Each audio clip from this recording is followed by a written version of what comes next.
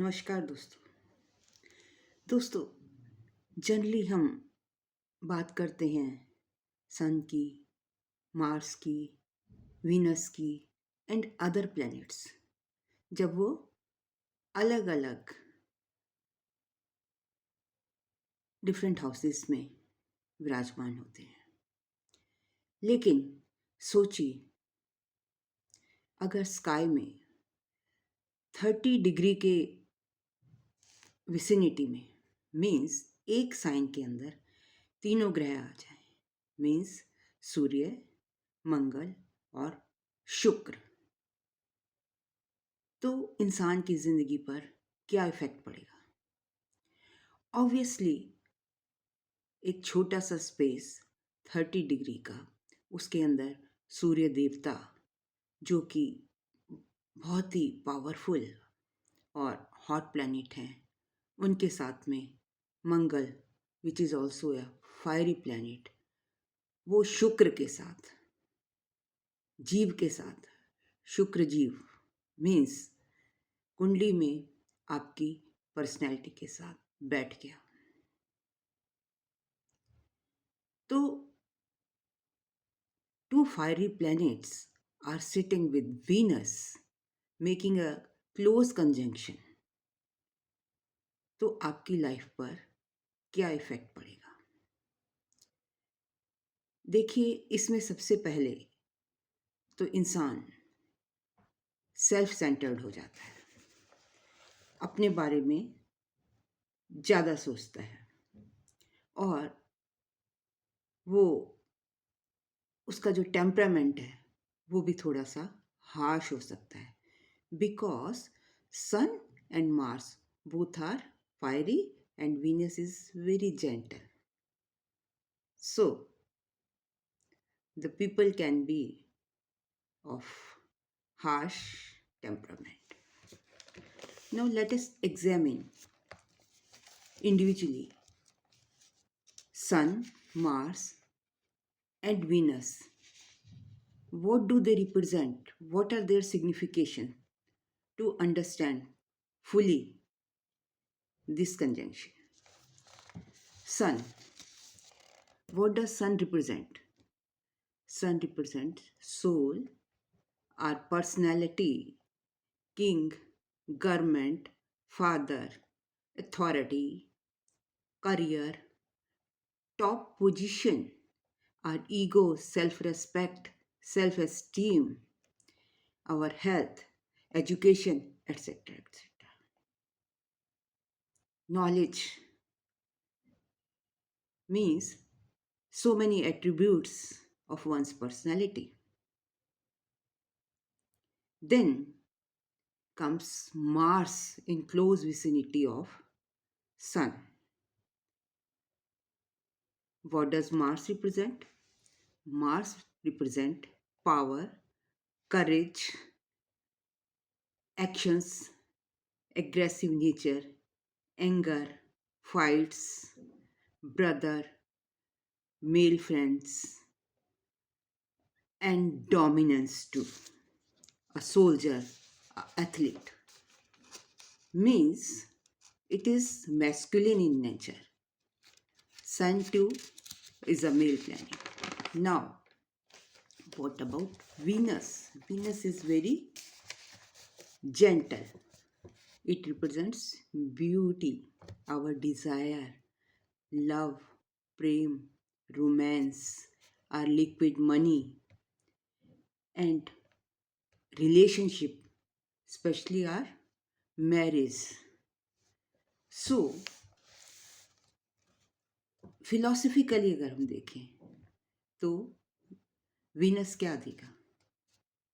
Venus एक suffering का कारण है, क्योंकि ये डिज़ायर रखता है, प्रेम की डिज़ायर, जेंटल है, सेंसिटिव है, और जब अगर आपकी डिज़ायर्स पूरी नहीं होंगी तो आपकी लाइफ में पेन होगा और सफरिंग्स होंगे। अब 3 प्लैनेट्स कंजंक्शन में आ गए तो मतलब आपके जो हॉरोस्कोप में की ज़्यादातर एनर्जी का सेंटर ये हाउस बन गया जहाँ पर भी वो बैठे हैं। मान लीजिए कि वो सेकंड हाउस में बैठे हैं, परिवार के घर में बैठे हैं, और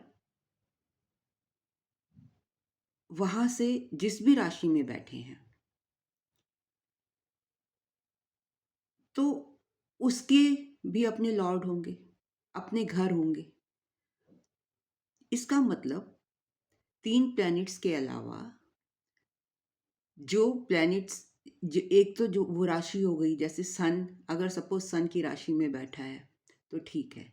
मार्स, मार्स की राशि 2 और होती हैं, 1 और 8, उनके घर हैं, उनका इफेक्ट। और वीनस की 2 और 7, मतलब 4-5 घरों का इफेक्ट इस घर पर पड़ेगा। मतलब ये आपस में कनेक्ट हो जाएंगे। जो एनर्जी है यहाँ पे सेंट्रलाइज हो गई है स्काई में 30 डिग्री के अंदर। तो इसका इफेक्ट बहुत ज़्यादा जातक की लाइफ में देखा गया है। इफेक्ट किस टाइप का? अगर सन और मार्स और वीनस क्लोज कंजक्शन में है तो सन तो अपनी ईगो शो करेगा, मार्स डोमिनेंस शो करेगा। लेकिन रिलेशनशिप को मेंटेन करने के लिए ना हमें ईगो चाहिए, ना हमें डोमिनेंस चाहिए। हमें क्या चाहिए? लव एंड अफेक्शन चाहिए, जो कि वीनस नहीं इसको सह पाता। बहुत जेंटल है वो, हीट, सूर्य की हीट को नहीं बर्दाश्त कर पाता, मंगल की हीट को नहीं बर्दाश्त कर पाता। दोनों ही फायरी हैं। तो यहाँ क्या होगा?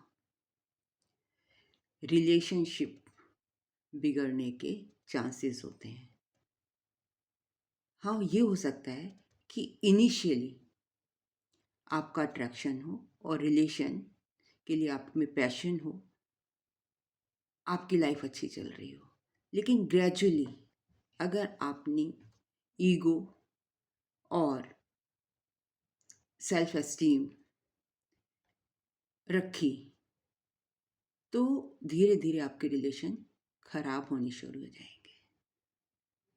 तो इसका बेस्ट वे यही है कि आप अंडरस्टैंडिंग से चलें, थोड़ा सा डिस्टेंस मेंटेन करें, क्योंकि हॉट प्लैनेट्स है ना, हर कोई इतनी हीट बर्दाश्त नहीं कर सकता। जैसे आपने सूर्य और छाया, इसकी कहानी सुनी होगी कि छाया अपना एक रेप्लिका, क्योंकि सूर्य देवता में बहुत ही हीट एनर्जी है, लाइट एनर्जी है, जिसको कि हर किसी के लिए बर्दाश्त करना इजी नहीं होता। किंग है सूर्य, अपनी ईगो शो करता है। मार्स, मार्स साथ में डोमिनेंस शो करता है। अगर तो दोनों का प्लानिटरी पोजीशन सेम है, हस्बैंड वाइफ का या बॉयफ्रेंड गर्लफ्रेंड का, तब तो अंडरस्टैंडिंग हो जाती है। लेकिन दोनों में से अगर एक का भी डिफरेंट कॉम्बिनेशन है तो उस केस में रिलेशनशिप में डिफरेंसेस आने लाजिम है। तो अगर आपको इस तरीके के रिलेशनशिप में प्यार रखना है, लॉन्ग लास्टिंग रखने हैं, तो उसका एक सिंपल सा उपाय है कि आप अपनी ईगो को साइड में रखें, तभी आपकी फैमिली लाइफ चलेगी। दूसरा, सूर्य और मार्स, सूर्य और मंगल विदेश धीरे धीरे 27-28, आजकल तो लोग वर्किंग है तो 30, इसके बाद शादी करें। तब तक सूर्य और मंगल में मैच्योरिटी आ जाती है और उसकी हीट भी कम हो जाती है। दूसरी रेमेडी, सूर्य मंगल और वीनस वाला व्यक्ति, क्योंकि इसमें हीट और लाइट बहुत है, तो ये बहुत अच्छी स्टेज परफॉर्मेंस कर सकते हैं। तो ये भी आपके लिए रेमेडी है कि जब भी थोड़ा बहुत आप रिलेशनशिप में डिफरेंसेस फील करें, तो अपनी एनर्जी को स्टेज पर जाकर एग्जॉस्ट कर सकते हैं, स्टेज परफॉर्मेंस दे सकते हैं। You will do very good, very well, you will win. आप विन करेंगे वहाँ पर, क्योंकि वहाँ पर एनर्जी की भी ज़रूरत है, हीट की भी ज़रूरत है, लाइट की भी ज़रूरत है, करेज की भी ज़रूरत है, और ब्यूटी की तो ज़रूरत है ही है। तो ये था सूर्य, मंगल और शुक्र की हीट से बचने का उपाय, अपने रिलेशनशिप मेंटेन करने का उपाय। हाँ, अगर हम दूसरी साइड में जाएं, तो ये जो कंजंक्शन है, ये फाइनेंस के लिए बहुत अच्छी है, लिक्विड मनी के लिए बहुत अच्छी है, प्रोफेशन के लिए बहुत अच्छी है। You can be highly placed, आप आर्मी में हो सकते हो, या किसी ऐसी जॉब पर जहाँ पर कमांड की ज़रूरत है, लाइक अ किंग। आप किसी कंपनी के सीईओ हो सकते हो, बॉस हो सकते हो, या कुछ ऐसे प्रोफेशन जहाँ पर पावर की ज़रूरत है, शक्ति की, बल की ज़रूरत है, वहाँ पर भी सन, वीनस, मार्स का कॉम्बिनेशन ज़रूर वर्क करेगा। ऐसे लोगों के पास स्टेटस और पैसा बहुत पाया गया है। हाँ, अगर सन, मार्स और वीनस कंजंक्शन में डिस्टेंस में हो, मतलब सन की मान लो 2 डिग्री है, मार्स की 20 डिग्री है, शुक्र की 28 डिग्री है, तो इस केस में वो डाइल्यूट, जो आपके रिलेशनशिप बिगड़ रहे हैं उसमें डाइल्यूशन आ जाएगी। ये सबसे इम्पॉर्टेंट चीज़ है देखने की, कि हर सूर्य, मंगल और शुक्र की युति को आप ये नहीं कह सकते कि आर्ग्यूमेंट्स ही होंगे, लड़ाई झगड़ा होगा, या रिलेशनशिप में डिफरेंसेस आएंगे। उनमें अगर सूर्य, मंगल और शुक्र दूरी पर हैं, मान लीजिए 10 डिग्री का डिफरेंस आ गया, 15 डिग्री का डिफरेंस आ गया, तो और राजयोग बन गए, कोई बेनिफिक प्लैनेट देख रहा है, तो फिर इस कंजंक्शन के इफेक्ट्स में डाइल्यूशन हो जाएगी। तो ये था मेरा एनालिसिस। और इन केस शुक्र सूर्य और मार्स के बीच में आ जाए, सैंडविच बन जाए, तो इट विल बी ए पापकर्त्री योगा, आगे कुआं पीछे खाई। तो उस केस में रिलेशनशिप खराब होने के और भी स्ट्रॉन्ग चांसेस हैं।